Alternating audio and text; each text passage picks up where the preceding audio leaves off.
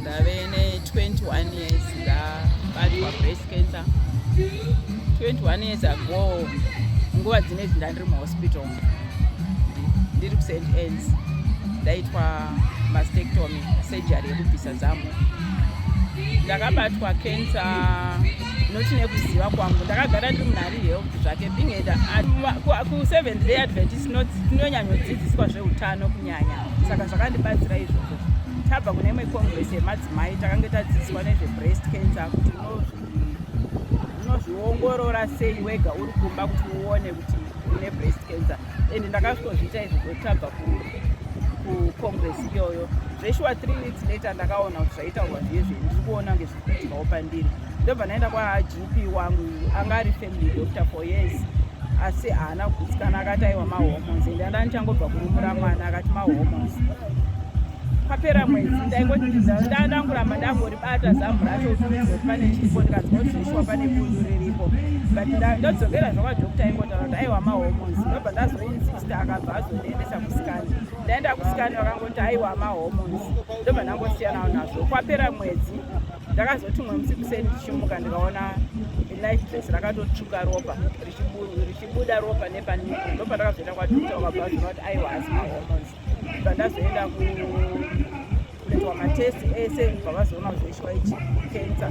Varaitwa surgery yebiopsy ndokucheka kanyama woenda unokatesta. Pavakaanoti kucheka kanyama kai vakabvaona zveshuwa icancer, positive cancer. Ndobva ndazobviswa zamu rese. Ndakagara muhospital for about a month ndiri muhospital ipapo, asi zvakanyanya kundibatsira ndezvekuti ndakakurumidzirwa kuti kubatsirika. Chiri kuuraya vanhu vazhinji ndechekuti vanotanga vambotenderera, wombonzwa yamuya nezveusiku, waroiwa, waita sei, iyo cancer icho chispreader. Zvakangonaka ndezvekuti tirambe tichingozvibata madzimai, tichinzwa tega kana kuenda kumadoctors kana kuenda kucancer center, muchienda muchinoexaminwa kuonekwa kuti hauna here cancer yacho. But vazhinji hatiende nekuti tiri vanhu vanotya, ende mwe munhu anenge achingoti aiwa beta ndife ndisingazive, but kufa chaikoka unofa zveshuwa. Ukakurumidzirwa zvinobatsirikawo izvozvo. Ini nezvinezvi ndaane 21 years ndakutoona vazukuru vamwewo ndichatoona chizukuru futi chechipiri. Chimwe futi chinokosha kunge une utano hwakanaka. Ini ndiri munhu agara anongoda zvekuexercise, chikafu ndinodyawo zviri health, ndagara ndiri munhu anodya zviri health, mafuta handina sandadya shuga for the past 42 years, and handise shuga mutii, ndinonwa tii, handise muporridge, handise pai, handisi munhu anodya shuga. Zvakandibatsirawo izvozvo. Dai ndakabatwa cancer utano husina kumira zvakanaka, pamwe yezvizvo zvingada kutaura imwe nyaya. Ende tinotenda futi veZimPapers nezvavanoita zvecancer walk izvozvo. Iyi awareness kune vazhinji vanenge vasingazivi. Ipapo kunoudza vanhu kuti handei, vanhu vanongofunga kuti kunotamba nekuita sei nekufamba ndogona kufamba kunokumba, but kwauya kuno ndopaunoona kukosha kwazvo izvozvo. Tinoitenda ZimPapers nezvainoita izvozvo zvekuita ma-awareness. Dai kuri kuti vazhinji vese kana maorganizations nemacompanies vaita ma-awareness akadai, pamwe zvichasvika zvokuti nzeve dzega dzemunhu wese, even vekumamisha vanhu vazive nezveizvozvo, because vekumamisha kunyanya ndo vane dambudziko rekuti vanenge vachingosvika ndaroiwa ipo pasina kuroiwa. Ende chakaipira kuti ndoti ndoenda kun'anga, noenda mupostori nenyanga havana kana meshini yokutesta ropa rangu, havana kana meshini yokuziva kuti cancer yacho yasvika pastage yakaita sei. Saka ngatibatsirikei nekupota tichienda kumahospital tichingonotariswa tega, tichifilawo mazamu edu kunzwa kuti akamira sei. Ukasimudza maoko ako mudenga uri pamira usina kupfeka, unonyatsoona kana kuri kuti une cancer, nipu inopinda mukati inonzi inverted nipu. Ukaona nipu ichidaro, because kazhinji ukashama manipples anoomarara achibuda kunze, but ukaona nipo yapinda mukati panenge pane dambudziko zvauda kuti umbotariswa nemachiremba.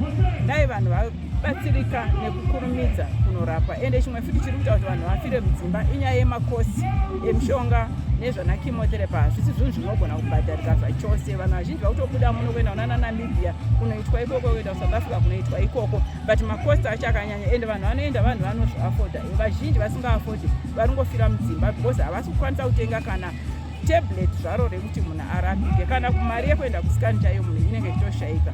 Dai ipapo tabatsirikawo kuti tive tinowanawo zvimwe zvinhu zvatinoitirwawo nehurumende sezvinongoitwawo zveAIDS, kuti tiitirwo zvimwe zvinhu nehurumende zvisatinetse kupota chirapika zvakanaka. Zvichinaisigutsa ndiri amai vevana 2. Ndakabatwa gomarara 2006 muri muna November. Rangu it's a different case. Handina kuita lampu muzamu, ndaibuda ropa panyatso. Saka ndakabva ndaenda kwachiremba, ndakanoonekwa nachiremba, ndakarifirwa kuna chiremba anobvisa mazamu, ndakaitwa inonzi biopsy yekutorwa kanyama. Ndibva ndakataurirwa kunzi mune breast cancer, yanga ichiri pastage yekutanga.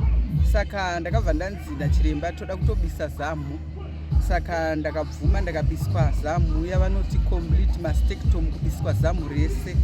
After that mubva ndazoendeserwa zamu iroro kulab rakanotariswa kuti vaone kuti kensa iyi inoda kurapwa sei, kune mishonga zvinosiyana.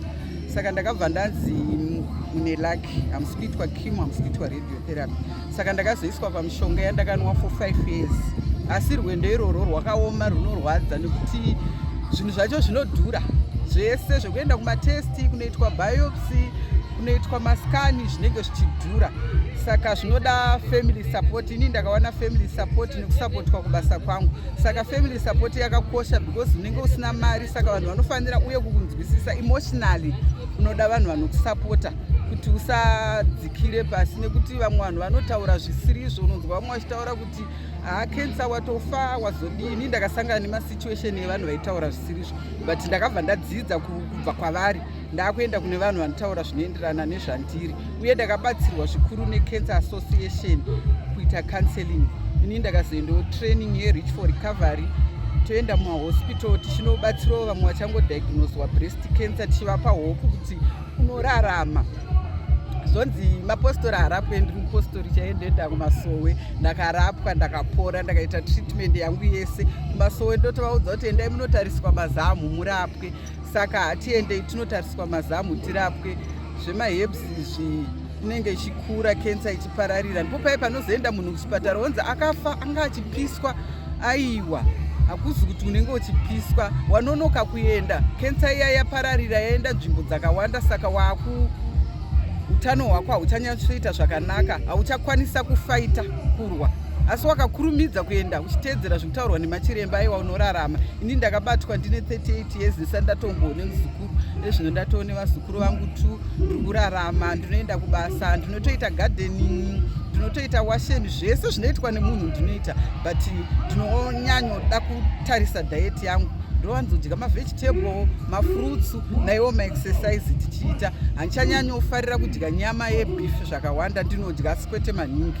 Saka ndinonyanyoita tarisa chikafu chandinodya. Saka ndiri kukurudzira madzimai kuti ngoendai munotariswa. Wakangonzwa chiratidzo chawanzwa, enda. Handakuudzai kuti inini handida kuita bundu, ndakabuda ropa riri fresh, hapana pairwadza asi ropa.